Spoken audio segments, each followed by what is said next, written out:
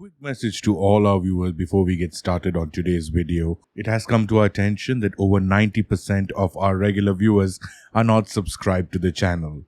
We request you to please click the subscribe button and also the bell icon so that you can be notified when the next video from Mythology is out. The bigger the channel gets, the better the quality of videos that we do for you also gets.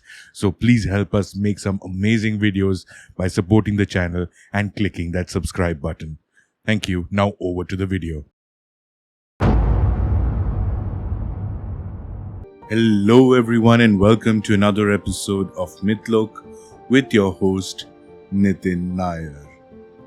In our last episode we looked at Inuit mythology, which is part of the Native American mythology of North America, and we figured let's stick around with one of the more popular tribes of the region, which is the Hopi, and look at what they have in store for us when it comes to characters who have a lasting impact on the timeline of the planet and the human race in general. This is the Saquasohuh. The Saquasohuh refers to a spirit that will appear in the form of a blue star to signify the beginning of the new world. According to historian Waters, the blue water is the ninth sign in the day of purification, which is a prophecy that predicts that the world will end in a catastrophic way. It will happen when the blue star, also known as the Saquasohuh, comes back to dance in the plaza.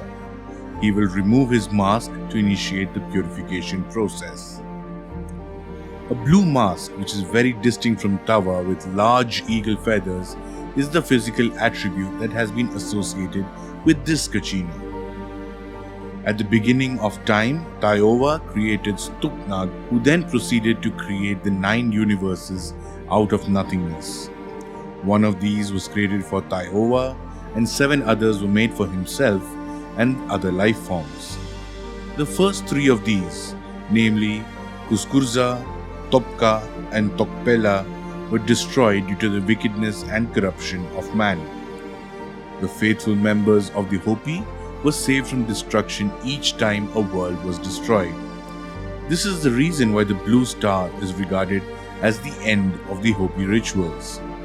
In his book, Waters states that the end of these rituals will come when a ceremonial dancer removes his mask during a dance. This will coincide with the end of the fourth world. Saquasohuh is also known as Saquasohuh. According to the predictions, following the appearance of the blue star, the true white brother will begin searching for the Hopi who are still following the teachings of the ancient traditions. If they are not able to find these individuals, the earth will be destroyed. If the symbols of the blue star and the true way of life of the Hopi are brought to the world, it will be a new beginning. All the people will be saved from destruction.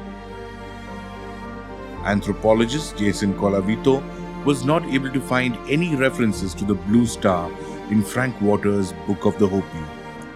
He believes that it was a late 20th century invention. In his article, he stated that the first mention of the 9 signs associated with the blue star came from David Young, a Methodist pastor.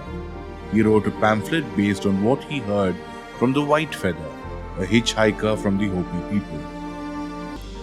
There is evidence that these prophecies were presented in pamphlets in 1959. However, the earliest known mention of them was in a book written by Joey Jockmans in 1980.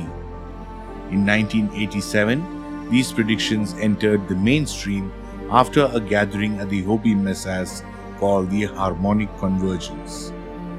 The statements made by Waters about the end of the world were condemned by the elders of the Hopi tribe.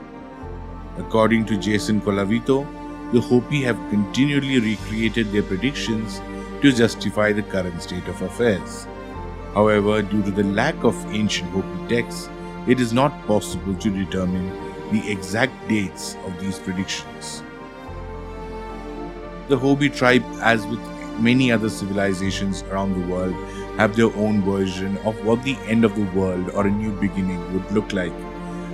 It could be triggered by characters, by events, but always ended up saving the pure and vanquishing the evil.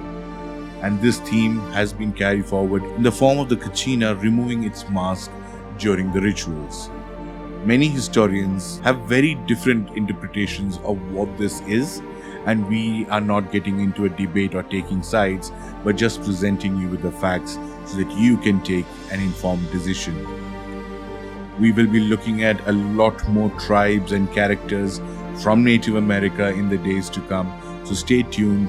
Until then, drop us a like, a subscribe, a comment, give us some feedback on what character you would like to hear about next, or better still, tell your friends and family about Mythloke and the journey that we are on, and ask them to be part of this as well. Thank you very much for tuning in to another episode. This is your host, Nitin Nair, signing out by reminding you once again that Mythloke is the home of mythology.